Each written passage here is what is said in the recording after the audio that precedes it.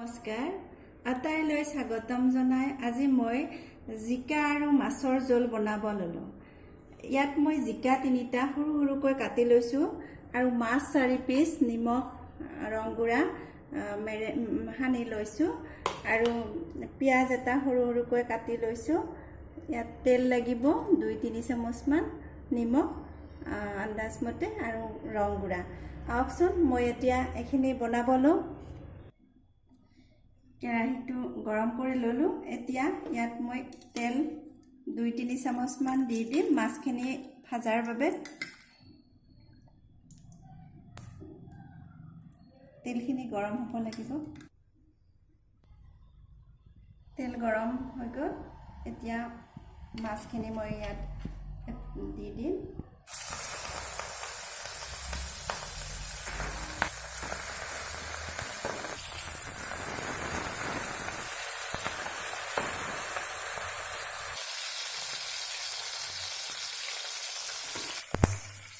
মাছখিনি ভাজা হৈ গৈছে।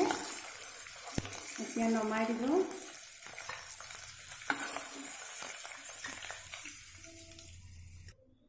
এইখিনি তেলত আৰু মই অলপ তেল দি দিছো। এতিয়া পিয়াজখিনি ইয়াত দি লৈছো।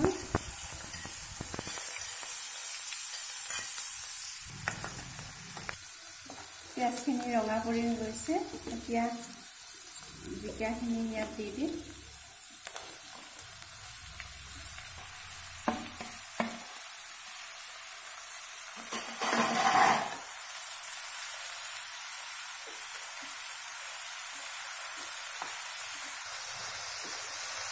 এবাৰ হালধি পাউডাৰটো দি দিব।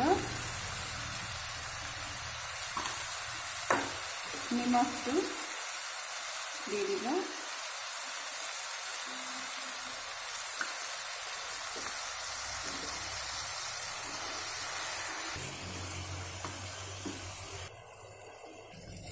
এতিয়া 3-4 মিনিট মান মই ঢাকনি দি থম।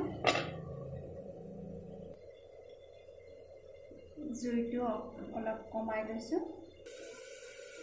ঢাকনিখন গুচাই দিম। 3-4 মিনিট হৈ গৈছে।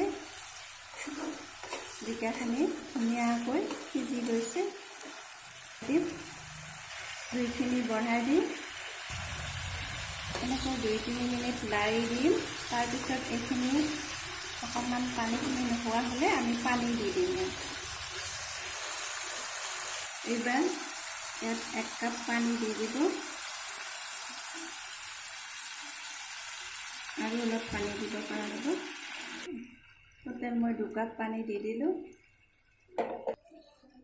এতিয়া 2-3 মিনিট মান উতলিব লাগিব।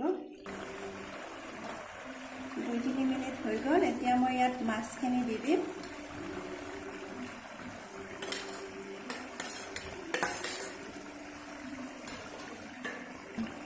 ইয়াত মই একো মছলা দিয়া নাই, একদম ঠাণ্ডা আঞ্জা।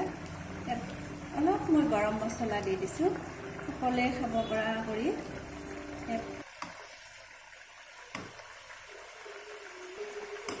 এতিয়া কেঁচা জলকীয়া 2টা দি দিব।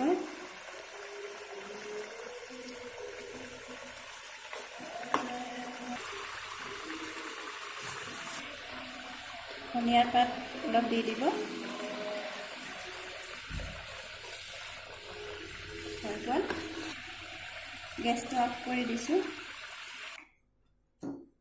এইখিনি এতিয়া মই ইয়াত নমাই লওঁ। নহয়, মাছখিনি ন।